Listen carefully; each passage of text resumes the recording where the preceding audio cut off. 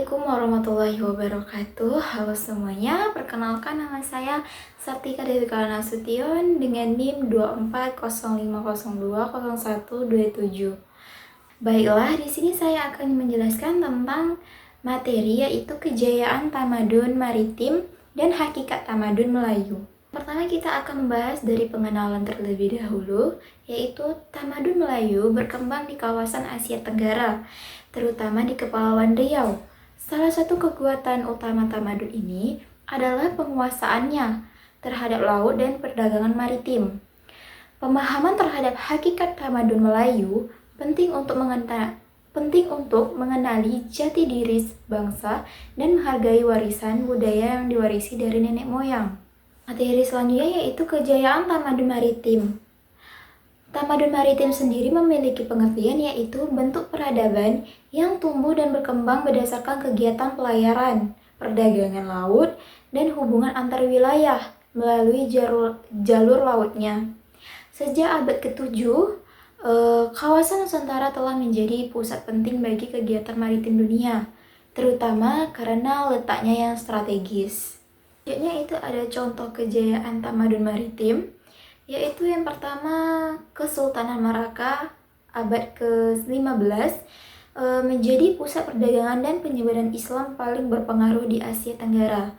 Yang kedua itu ada Kerajaan Sriwijaya abad ke-7 sampai ke-13, di mana mereka menguasai jalur perdagangan dan berjaya sebagai pusat pendidikan Buddha. Yang ketiga itu ada Kerajaan Majapahit mulai dari abad ke-13 sampai ke-15. Mereka mempunyai armada laut yang kuat dan wilayah kekuasaan yang luas. Selanjutnya itu ada hakikat tamadun Melayu. Menurut definisinya, tamadun Melayu itu mencerminkan cara hidup atau nilai-nilai dan sistem sosial masyarakat Melayu. Ini merangkum beberapa aspek, yaitu yang pertama ada agama, bahasa, adat dan budaya, seni, sistem pemerintahan.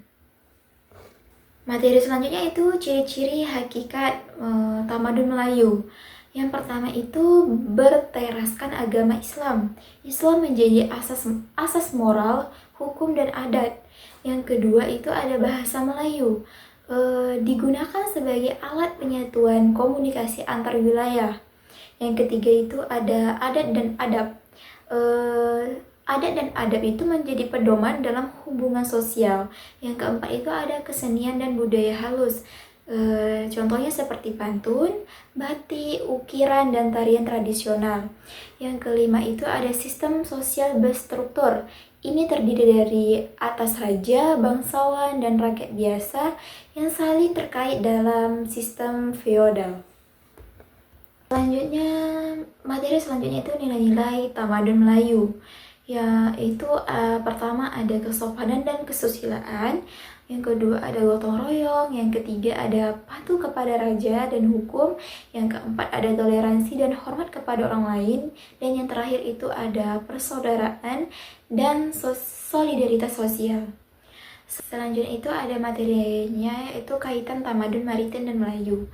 Tamadun maritim itu menjadi sarana penting bagi perkembangan tamadun Melayu melalui pelayaran dan perdagangan. Nilai-nilai budaya Melayu tersebar luas. Islamisasi menyatu dengan budaya lokal. Terus ada hubungan maritim memperluas juga pengaruh tamadun Melayu ke luar wilayah asal. Selanjutnya itu ada materi terakhir yaitu penutup. Tamadun maritim itu telah memperkukuh kedudukan ekonomi dan politik tamadun. Sementara itu, hakikat tamadun Melayu menjadi lambang jati diri bangsa. Di era globalisasi saat ini, penting bagi generasi muda untuk yaitu memahami sejarah warisan budaya Melayu, melestarikan nilai-nilai yang luhur dalam kehidupan sehari-hari. Dan ada juga contoh-contoh yang lain. Baiklah, itulah sekian penyampaian materi dari saya. Terlebih dan terkurang saya mohon maaf. Saya akhiri. Wabillahi taufiq wal hidayah. Wassalamualaikum warahmatullahi wabarakatuh. See you next.